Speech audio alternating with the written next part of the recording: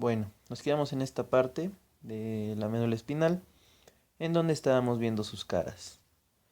Como repaso, pues en la cara anterior tenemos al surco medio anterior, fisura media anterior, porque es más profunda, a los lados los surcos anterolaterales, de donde salen las raicillas anteriores de los nervios espinales, y por detrás tenemos al surco medio posterior, a los lados los surcos posterolaterales, de donde van a salir las raicillas posteriores, y entre surco medio posterior y surco posterolateral en las regiones cervicales y torácicas altas, vamos a encontrar a otro añadido que es el surco paramediano. Esta es una imagen donde vemos la configuración tanto externa como interna de la médula. Aquí cabe recalcar que esta es la cara anterior, aquí nos está señalando, y esta es la cara posterior. Si se dan cuenta, en la cara anterior aquí se ve la fisura, que es mucho más profunda y casi llega a tocar este, esta parte de sustancia gris, que es la comisura gris de las astas de la médula. En cambio, el surco medio posterior no es profundo y nada más es como la remarcación de esa estructura. Lo importante de ver acá son las meninges, que es la dura madre, la aracnoides y la pia madre. Pero si nos damos cuenta, en general tiene una característica especial, que son los nervios, ¿sí? Y los nervios van a surgir de dos raíces, ¿sí? Van a surgir de una raíz anterior o ventral y de una raíz posterior o dorsal. Las anteriores son raicillas, es decir, todas estas que salen de acá son raicillas, se juntan y forman a las raíces. Más raicillas y de ahí van a formar a la raíz anterior o ventral. Esta raíz va a salir de las mismas astas ventrales de la médula, de las astas anteriores que son motoras. Por lo tanto, estas raicillas están saliendo de la médula. Por otro lado, en la raíz posterior o raíz dorsal tenemos un ganglio, ¿sí? Esta estructura que se llama ganglio espinal o ganglio de la raíz dorsal. Este ganglio va a contener los cuerpos neuronales de todas las neuronas sensitivas. Son neuronas sensitivas que van a estar recogiendo la información de la piel, de los músculos, de las articulaciones, de los huesos, etcétera. Y esas son, como van a ser sensitivas, pues van a mandar información al sistema. Las raíces ventrales reciben la información del sistema, sacan la información y estas meten la información. La raíz dorsal, pues es aferente al sistema y por tanto está llegando. ¿Y dónde se encuentran sus somas neuronales? Pues aquí, en el ganglio de la raíz dorsal, que son neuronas pseudounipolares. ¿Dónde se encuentran los cuerpos neuronales que dan origen a los axones que forman las raicillas? Del asta anterior. Son motoneuronas. Ahora, estos dos al juntarse van a, van a unirse y van a formar en una sola vaina. Aquí se pueden ver como varios puntitos que serían todos los axones que van envueltos en esa vaina. Van a formar como tal a un nervio espinal. Entonces el nervio espinal se llama una vez que ya se unieron las dos raicillas. Antes de eso, pues son raíces y antes de eso son raicillas, ¿no? Aquí son raicillas, raíces y hasta acá ya forman el nervio. Ahora, todas estas raicillas van a salir de un segmento de la médula, ¿sí? De una parte. Es decir, aquí sale un nervio que abarca todo este pedazo de médula. Aquí sale este otro que va a abarcar todo este pedazo de médula. El segmento o la parte, el cacho, como lo quieran llamar, de médula que está entre la emergencia de raicillas se conoce como un segmento. Es decir, aquí tenemos otra imagen donde se ve exactamente lo mismo y podemos ver que desde acá salen todas estas raicillas. Entonces, todo ese segmento de médula, ese pues pedazo de médula, ¿sí? Que está entre la salida de las raicillas, es decir, todo lo que abarcan estas raicillas, se conoce como un segmento medular. El segmento medular es diferente de lo que es un cuerpo vertebral, un nivel vertebral. ¿sí? Porque ya hemos quedado que los segmentos medulares no están en contacto o no están en relación con el cuerpo vertebral que le da nombre.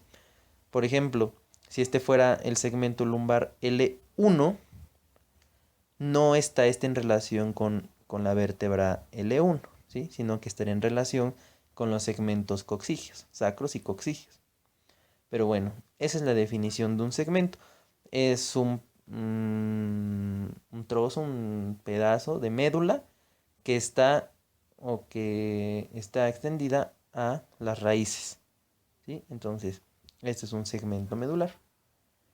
Aquí lo vemos de otra manera. Aquí tenemos una imagen de dos segmentos medulares y aquí podemos ver lo mismo. El ganglio espinal, las raíces posteriores o dorsales que son aferentes, las raíces ventrales o eferentes, ¿sí? Anteriores, y ya las dos forman al nervio. El nervio, por ende, es mixto. Lleva información aferente y eferente, ¿sí? Ahora, si se dan cuenta, pues aquí vamos a marcar el inicio de donde empiezan a salir las raicillas, es decir, desde acá, desde el asta anterior, empiezan a hacer esta raicilla. Y van a empezar a salir más conforme vamos descendiendo hasta llegar hasta esta última. Todas estas van a confluir para formar a esta raicilla anterior, ¿sí? A esta raíz anterior. Lo mismo con estas de atrás que empiezan acá y terminan acá y van a dar origen a esta raíz dorsal o sensitiva, ¿sí? Entonces ya una vez que se juntaron, pues van a formar un nervio espinal. Entonces supongamos que este es el segmento T2, por ende, este va a ser el nervio T2, ¿sí? Esta es la raíz anterior de T2, la raíz posterior de T2, y todo este segmento de médula va a inervar tanto a su dermatoma T2 como a su miotoma T2. El que le sigue abajo pues sería T3 y así nos vamos. T4, por ende este es el nervio T3. El que le va abajo es T4, arriba T1. ¿Ok?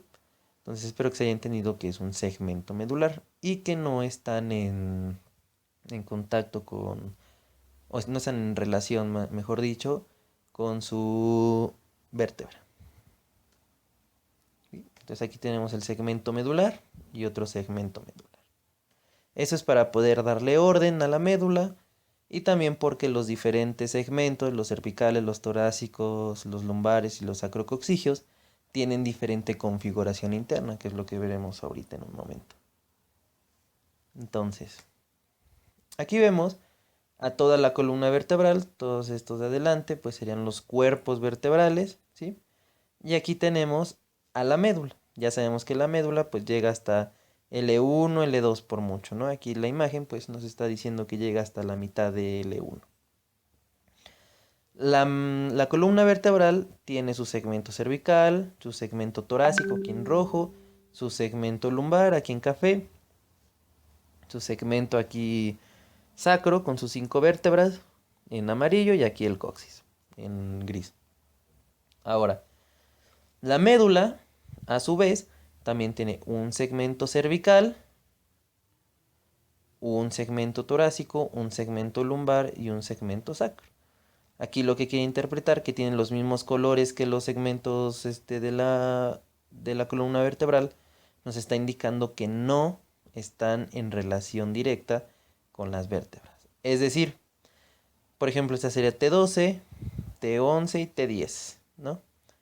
Si se lesionara la vértebra T10, hubiera una lesión a este nivel, el segmento medular que se dañaría no sería el segmento medular T10, sino que sería el segmento medular aproximadamente L3, ¿sí?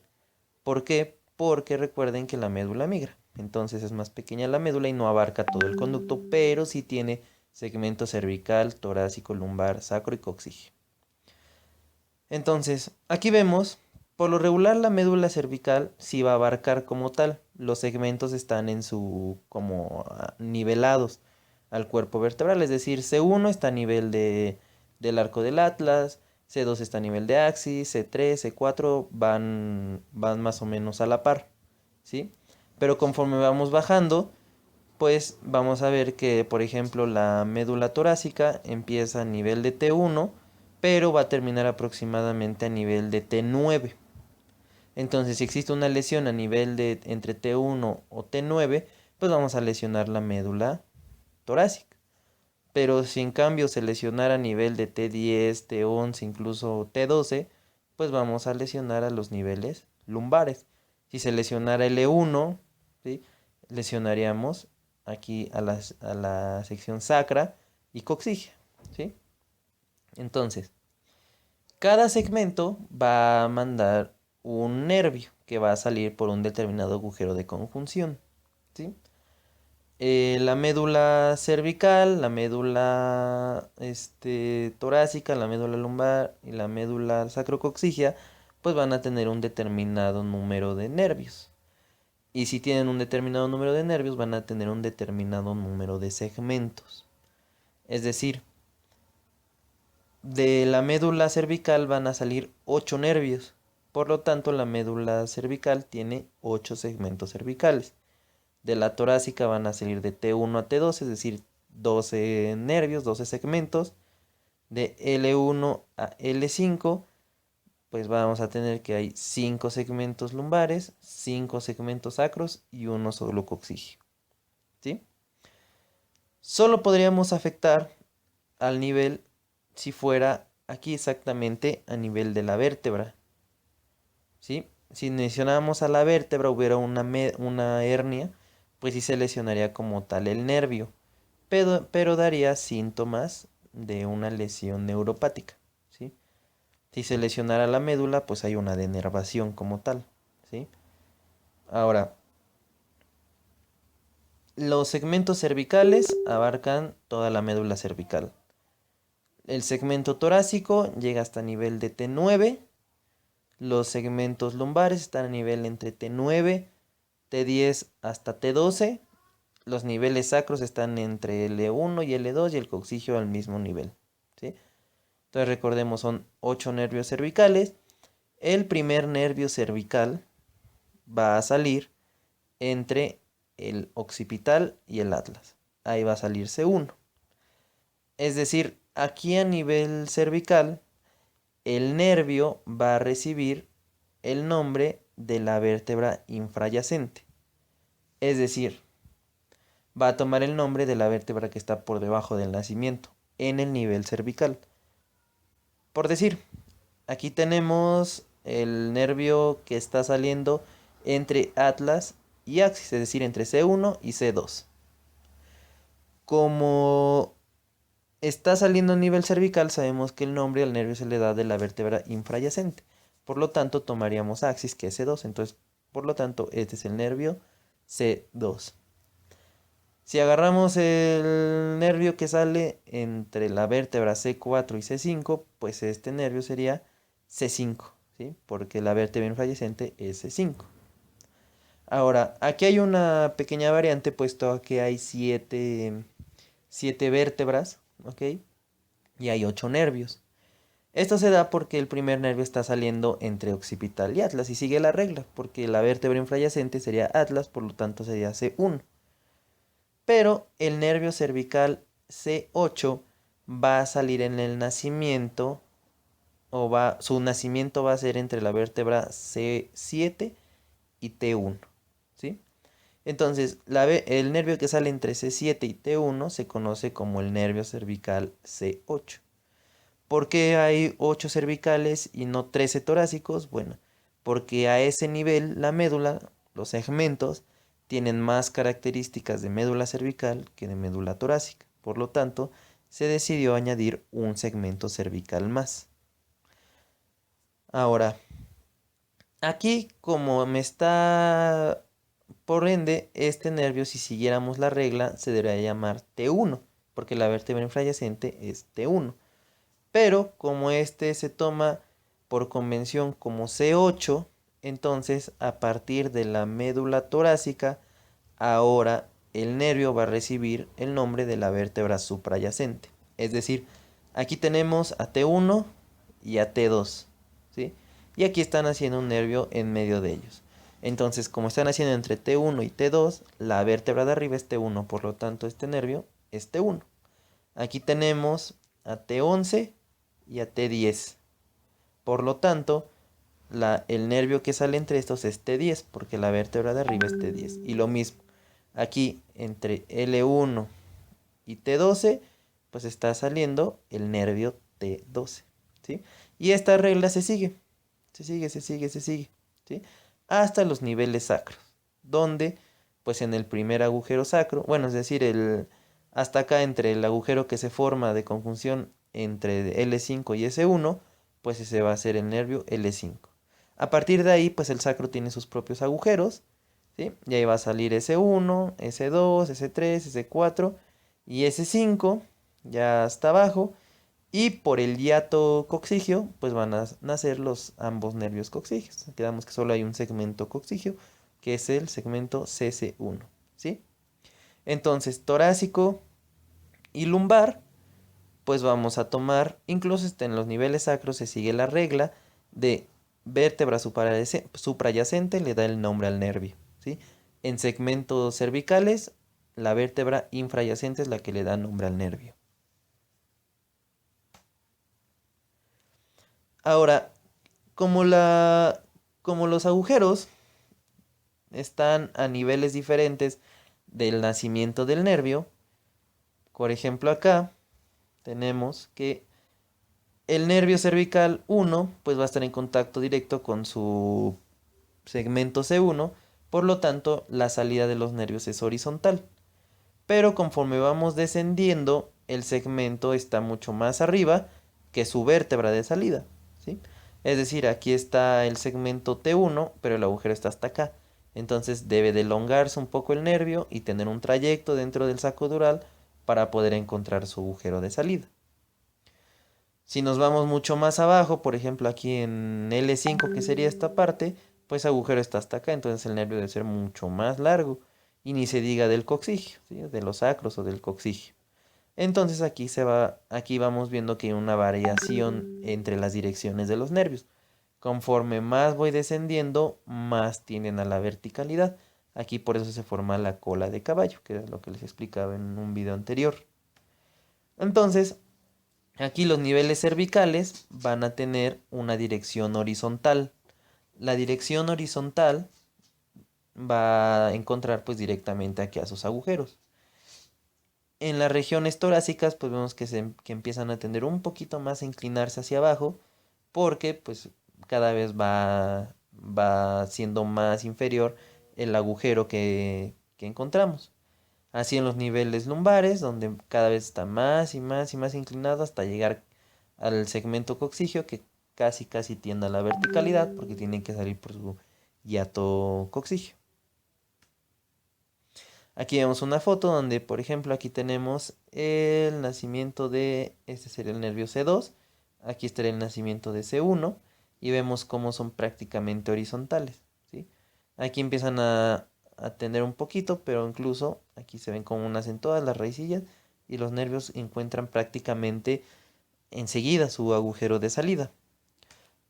Pero si yo me voy más abajo, esta es una foto real, aquí está abierto el saco dural y hasta acá encontraríamos más o menos al cono medular, ¿sí? Entonces fíjense cómo estos son los niveles torácicos, porque estas son las costillas. Fíjense cómo cada vez van tendiendo más hacia la verticalidad. Incluso acá pues ya son casi verticales y es lo que están formando la cola de caballo, porque su agujero de salida está mucho más abajo. Aquí lo vemos de más cerca. Aquí estaría T6, T7, T8, que están muy diferentes respecto a C1, que está C2, que están casi horizontales, ¿sí? Entonces aquí vemos cómo van tendiendo cada vez más a la verticalidad porque su agujero de salida está más abajo. Aquí vemos igual lo mismo, este sería el cono medular, aquí saldría el filum terminal y aquí estaría la cola de caballo, ¿sí? Aquí estarían saliendo los segmentos, bueno, las raicillas de los nervios sacros y hasta acá las raicillas del nervio coxígeo. Y aquí vemos cómo van encontrando su agujero de salida mucho más abajo de donde está el segmento. Y bueno, hasta ahí terminamos la configuración externa. Vamos a ver un poco de principios de la configuración interna. La médula espinal está conformada por dos sustancias, como todo el sistema nervioso central. Una sustancia gris, que es central, y una sustancia blanca, que es periférica. La sustancia que es periférica va a rodear a toda la sustancia gris que se está disponiendo en forma de H. Esa forma de H me va a permitir distinguir dos astas, ¿sí? Entonces, aquí tendríamos a la sustancia gris, ¿sí? Que se dispone en una forma como de H. Por lo tanto, podemos encontrar sus dos ramas verticales, que serían estas, y su rama horizontal, que sería el palito transverso de la H. Entonces, aquí las salientes, es decir, los segmentos verticales del H, es lo que vamos a conocer como astas, ¿sí? O columnas, como le quieran llamar. Entonces, esta sería el asta posterior o asta dorsal de la médula, ¿sí? Tiene la característica de ser más larga y más delgada, ¿sí? Ahora, aquí tenemos al asta ventral, que sería la del número 1, el asta ventral que es más gruesa y más, por decirlo, más corta, ¿sí? Y aquí tendríamos un segmento intermedio, ¿sí? Entre el asta anterior y el asta posterior, o dorsal y ventral. En los segmentos torácicos, hasta el lumbar L1, L2, vamos a encontrar una asta aquí añadida que sería el asta lateral, ¿sí? Esa asta lateral pues va a ser un núcleo simpático, que ya después hablaremos de él. Pero entonces podemos encontrar asta anterior, asta posterior, perdón, asta anterior, ventral, dorsal, y aquí tenemos un asta lateral o asta intermedia, que se conoce como columna intermedio lateral. Uniendo a estos dos, a las dos astas, ventral, dorsal e intermedia, de ambos lados tenemos a esta conexión de sustancia gris, que es lo que se conoce como la comisura gris. Y exactamente en medio de la comisura gris tenemos aquí el número 10 señalando este agujerito, que es el vestigio de la luz del conducto ependimario, ¿sí? El conducto ependimario no está abierto en todo su trayecto, sino que tiene trayectos donde está cerrado, otros donde está abierto. Pero el conducto central de la médula, o conducto del epéndimo, conducto ependimario, se encuentra exactamente en medio de la comisura gris. Y como está exactamente en medio de la comisura gris, pues me va a dejar un segmento aquí de sustancia gris y otro por detrás, uno adelante, otro atrás. El de adelante pues, se conoce como comisura gris anterior y la comisura gris posterior. ¿Por qué se distingue o qué tiene importancia? Bueno, porque hay fibras, ya hablaremos de eso, que cuando llegan acá por el asta posterior que es sensitiva, van a hacer sinapsis aquí con una neurona de segundo orden o su segunda neurona, una sinapsis, y el axón que sale de esta sinapsis, de este cuerpo neuronal, tiende en la mayoría de los casos de los cordones de la médula a decusarse. Entonces algunos decusan por detrás, algunos decusan por delante, ¿sí? Es como un referente anatómico, ¿sí? Pero entonces tenemos las astas ventral, que es motora, la posterior o dorsal, que es sensitiva, la anterior es más ancha, más corta, y la posterior es más larga y más delgada, ¿sí? Consta de cabeza, cuello, cuerpo y base. Y el asta anterior no contiene estas partes porque es más cortita, entonces no tiene gran sentido. Aquí en medio tendríamos una zona intermedia, que será la unión de donde sale el asta intermedia, o intermedio lateral, o lateral. Y aquí tenemos a la comisura gris, en medio tiene el conducto ependimario, y hacia atrás tiene la comisura gris posterior y la comisura gris anterior, ¿sí? Eso es en cuanto a la sustancia gris. La columna posterior va a contactar casi con la superficie. Está separado del asta, bueno, de la entrada de los nervios, aquí de la superficie de sustancia blanca, a una muy corta distancia. Y aquí se forma un pequeño tracto, que ya veremos que es el tracto postero lateral o tracto marginal del Isauer, ¿sí? Pero bueno, el asta anterior, pues está mucho más alejada de la superficie de sustancia blanca, y aquí están naciendo las fibrillas de las motoneuronas que se encuentran acá y que están sacando sus axones para formar la raíz motora. En la periferia de la sustancia gris encontramos a la sustancia blanca y aquí tenemos como referente anterior y posterior. En anterior tenemos aquí a la fisura media anterior, ya vemos que es profunda y que aquí se invagina la pía madre y aquí se forman aracnoides y aquí está circulando líquido cefalorraquídeo, ¿sí? En contraste con el surco medio posterior, que no es tan profundo, ¿sí? La única diferencia es que aquí vendría cubriendo la pía madre. La pía madre, cuando se junta, cuando se encuentra la pía madre del lado derecho con la del izquierdo, se van a encontrar aquí a nivel del surco medio posterior y van a formar un tabique que se va a meter dentro de la sustancia blanca, de aquí de la parte posterior, y se va a meter, se va a meter, se va a meter, y casi llega a estar en contacto, ¿sí? No llega a estar en contacto directo con la sustancia gris, casi tiene contacto. Entonces me está dividiendo al área posterior en dos partes, una derecha y una izquierda, ¿sí? Y esta estructura, que resulta de la pía madre que se invagina dentro de la sustancia blanca, pues se llama tabique glial o tabique posterior glial. ¿Por qué? O pial también le llaman, pero en general es más glial. ¿Por qué? Porque recordemos que la glía pues son las células de sostén del sistema y son las que están ayudando a formar también este tabique, ¿sí? Que en principio es de pía madre. Ahora, aquí tendríamos a la fisura media anterior, a la fisura media posterior. Habíamos quedado que aquí estaría la fisura posterolateral o el surco posterolateral donde están llegando las raicillas sensitivas. Y aquí estaría el surco anterolateral donde están saliendo las raíces motoras. Entonces, entre tabique glial y el asta posterior queda delimitado esta parte de sustancia blanca. Entre este surco posterolateral, el asta dorsal, el asta ventral y este que sería el surco anterolateral, queda otro segmento de sustancia blanca, ¿sí? Y aquí entre la fisura media anterior y la fisura anterolateral queda otro segmento de sustancia blanca. En la parte anterior la sustancia blanca sí está comunicada con la del otro lado, por lo tanto esta es una comisura porque conecta ambos lados. Esta se llama comisura blanca anterior, ¿sí? Algunos hablan de una comisura blanca posterior y algunos no, porque algunos piensan que el tabique glial sí llega hasta la sustancia gris.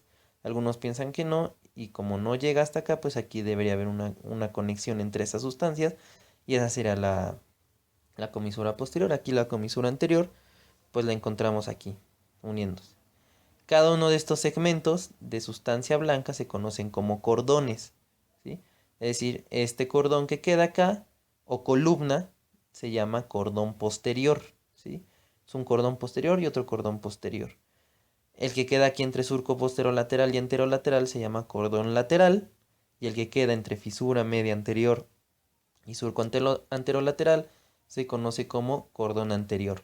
Y esto nos va a servir para poder delimitar y saber en qué cordones viajan los distintos tractos, ya sea ascendentes, que son sensitivos, y descendentes, que son motores de la médula, y saber a qué nivel los vamos a encontrar.